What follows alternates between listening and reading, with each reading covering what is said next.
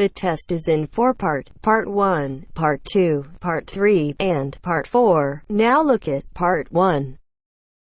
Part 1. You will hear a conversation between two students. The students are talking about a house they might rent. First, you have some time to look at questions 1 to 6.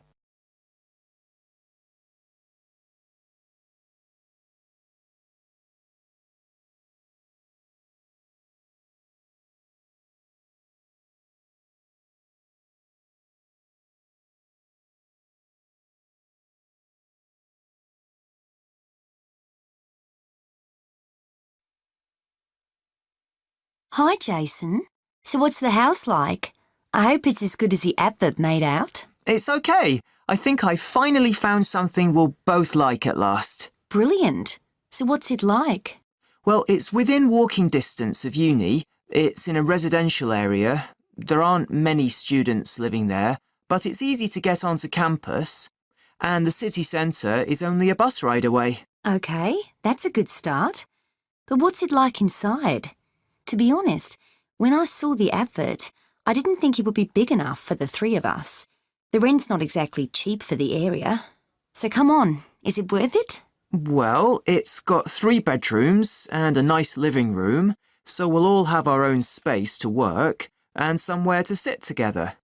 It's clean and there's no need to decorate. I'm sure your mum and dad would be happy with it, if that's anything to go by. Okay, that sounds promising. And the landlady was really nice. She's not one of those people with a lot of properties. In fact, this is the only one she has, so she really looks after it. Her daughter was a student and stayed there last year, apparently. Good. The advert said there's no garage, but I can park on the road outside. I checked, and there are no parking restrictions along that road. I know there are some shops in the neighbourhood, so we'll be okay for food and basic things. Yes, that's right. It's a nice house, and the kitchen's fine. I suppose it's not exactly modern, but it's clean and functional. All the things you need: washing machine, cooker. There's no garden, which is a shame, so nowhere to sit in the summer. But there's Wi-Fi, so all in all, I'm happy with it. Before you hear the rest of the conversation, you have some time to look at questions 7 to 10.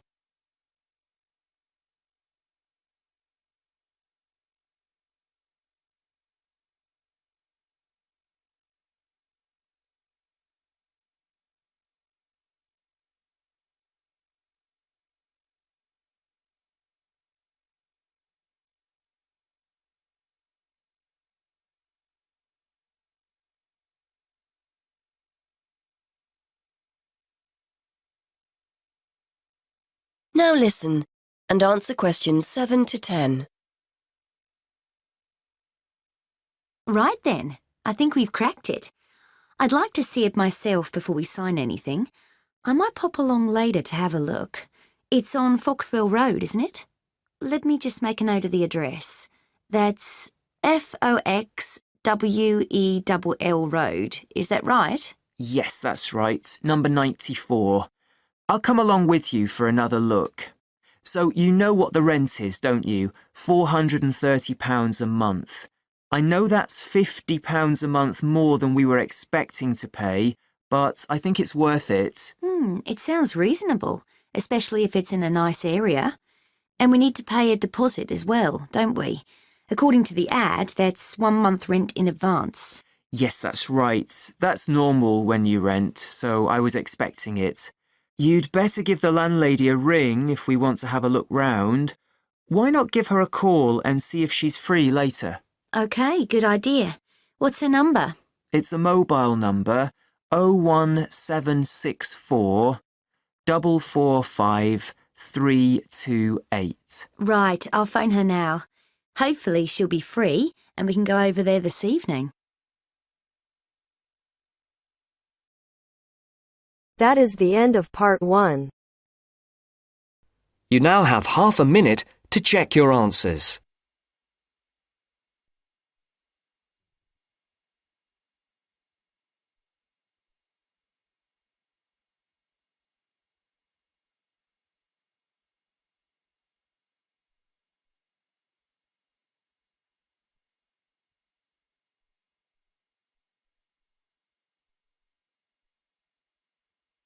Now turns to Part 2. Part 2. You're going to hear a presentation about the Student Union given during University Orientation Week. First, you have some time to look at questions 11 to 15.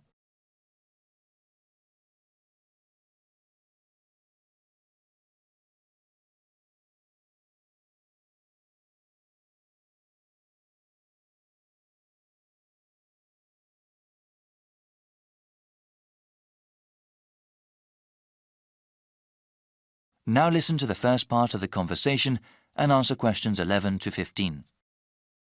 So, the student union here is really the heart of campus life.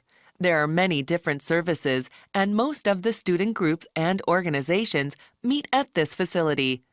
As a student at the university, you have full access to all that we offer. I guess I will talk about the dining facilities first. We have 8 venues from which students can choose to have their meals. 2 of these are franchise outlets that offer normal fast food fare, such as fish and chips, hamburgers, and soda. One dining area has a do-it-yourself system. Specializing in food for the vegetarian and vegan members of the campus community, there is a wide selection of vegetables, fruits, and grains. At the end of the buffet are several cooking stations available for students to create their own meals. The student union has a wide variety of entertainment options as well. Those over the minimum age can drink at one of the 3 bars. During the school year, they regularly offer live music, musical groups from both the local scene and occasionally even very famous people have performed there. All the bars serve domestic and imported beers, wine, and hard liquor. A cinema theater with 750 seats is available for screening films. The Movie Appreciation Group also screens many types of films, even foreign and classic movies. Also, the theater is where guest speakers hold lectures. These speakers are sometimes professors from other universities or other notable people. Before you hear the rest of the presentation, you have some time to look at questions 16 to 20.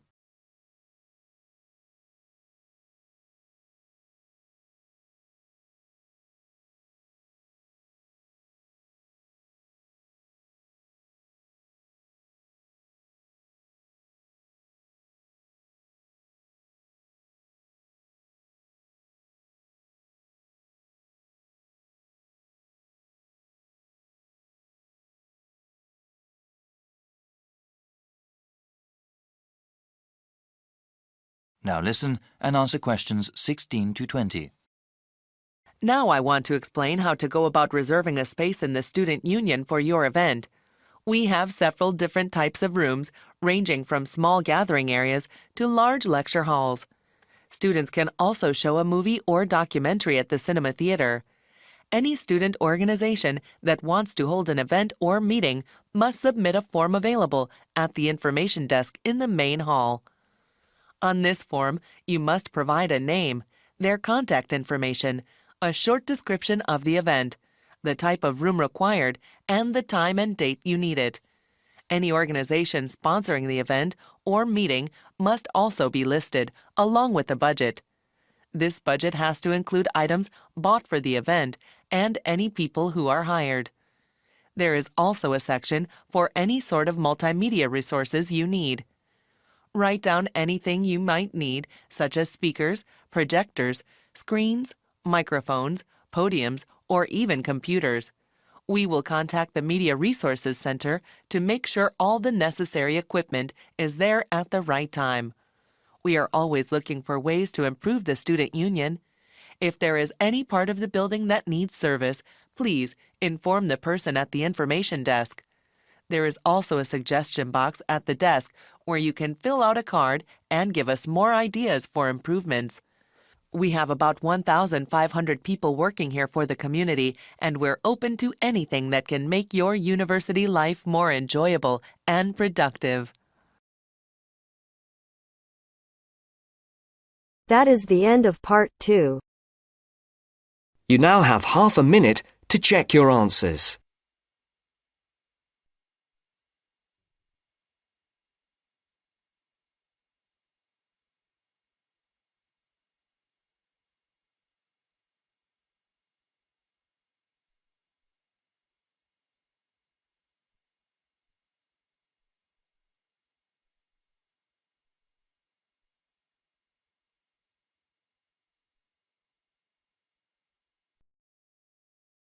Now turns to Part 3. Part 3. You will hear a conversation in a continuing education institute's office. First, you have some time to look at questions 21 to 25.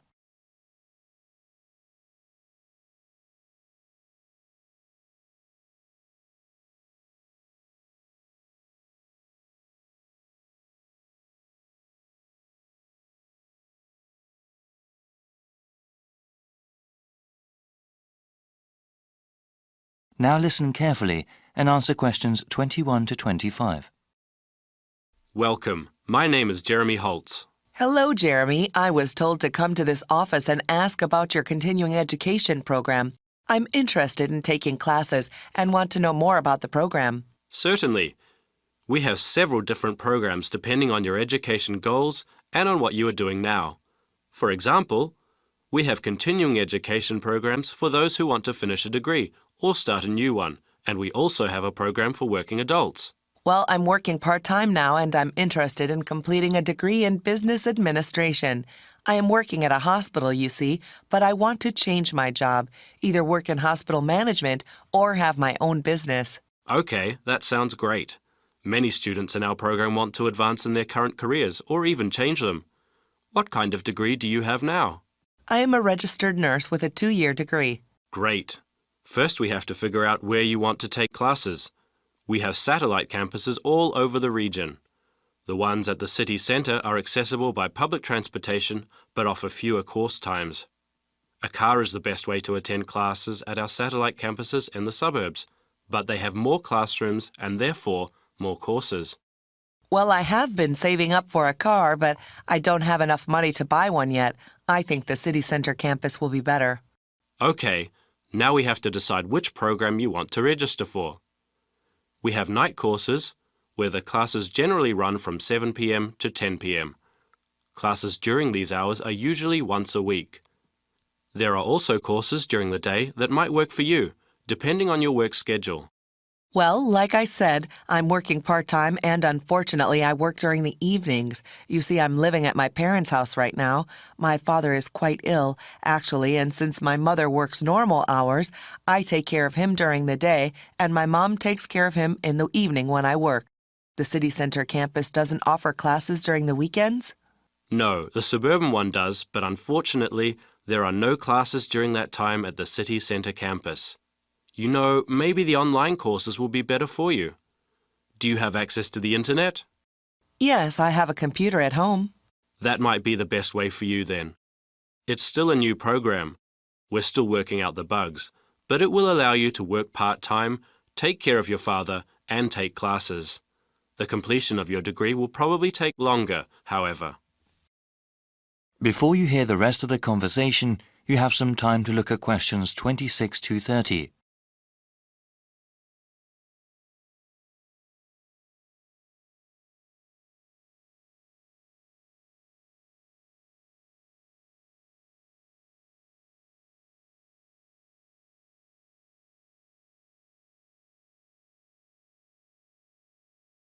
Now listen and answer questions 26 to 30. So, how exactly does this work? I'm slightly nervous about studying again. It's been years since I've been a student. Yes, it can be a bit daunting at times. Continuing your education and improving yourself are well worth the effort. Actually, before you start taking online classes, there are several refresher courses that you are required to take. What kind of courses are those? These are especially made for the returning adult student.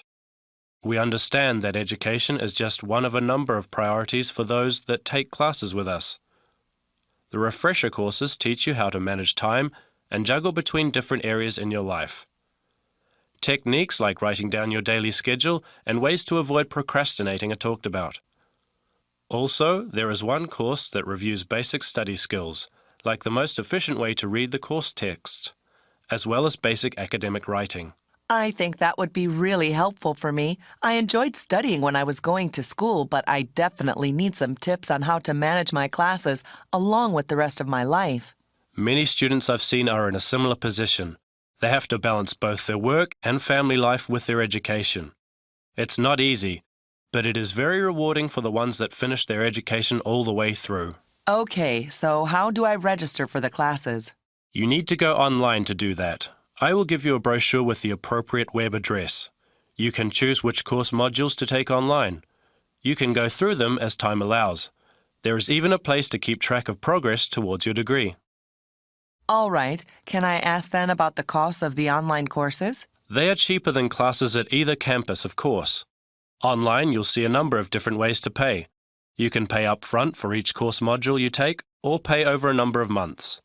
The latter method of payment will probably be better for me. Are the textbooks and other course materials expensive? No, not at all, actually. With all online courses, the relevant materials are included free of charge. They are available to download after you register. That sounds great. Thank you so much. No problem. My contact information is also in the brochure.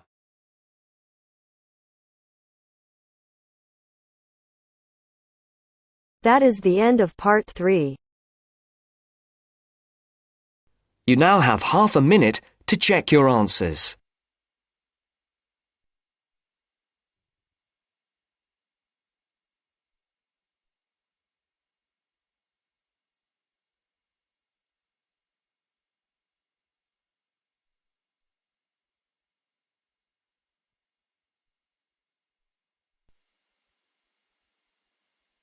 Now turns to part 4. Part 4. You will hear a presentation given by someone training as a teacher. First, you have some time to look at questions 31 to 40.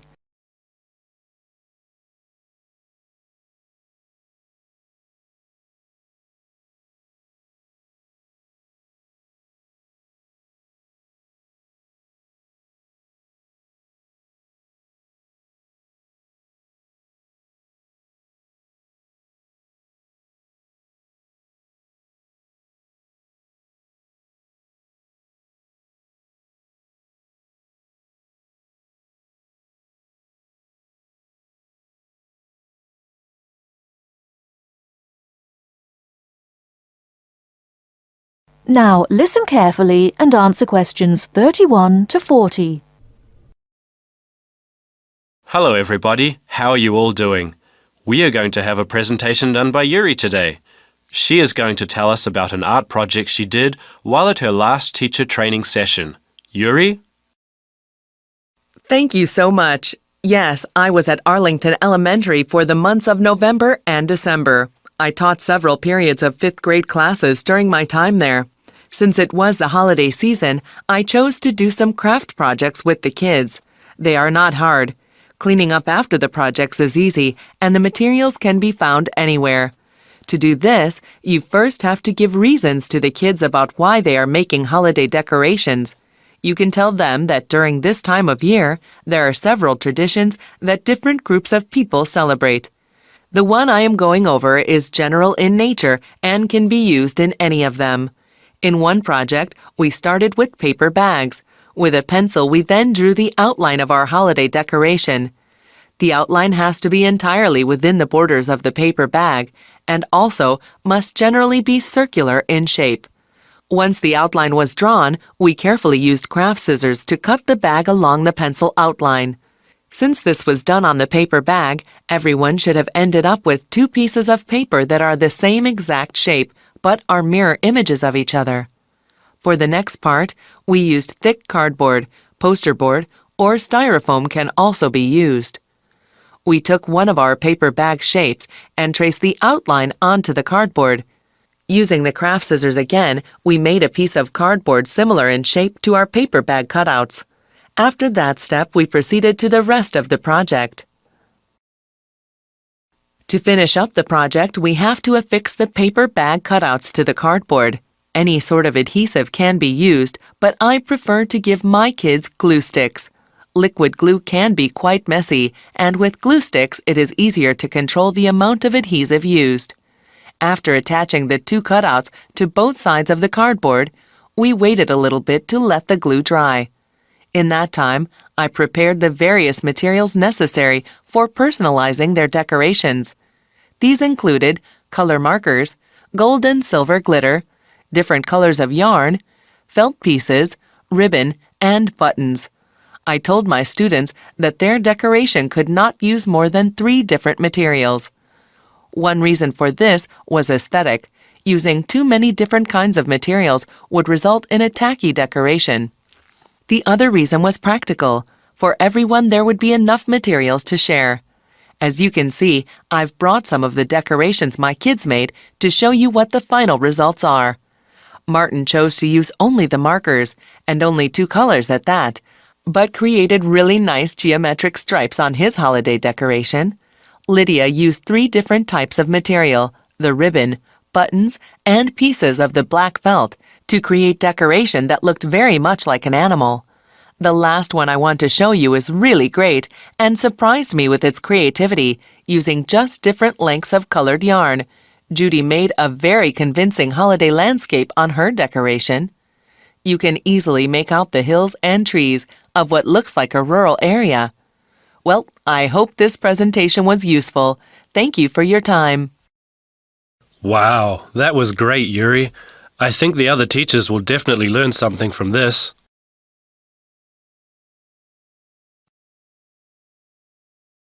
That is the end of part 4. You now have half a minute to check your answers.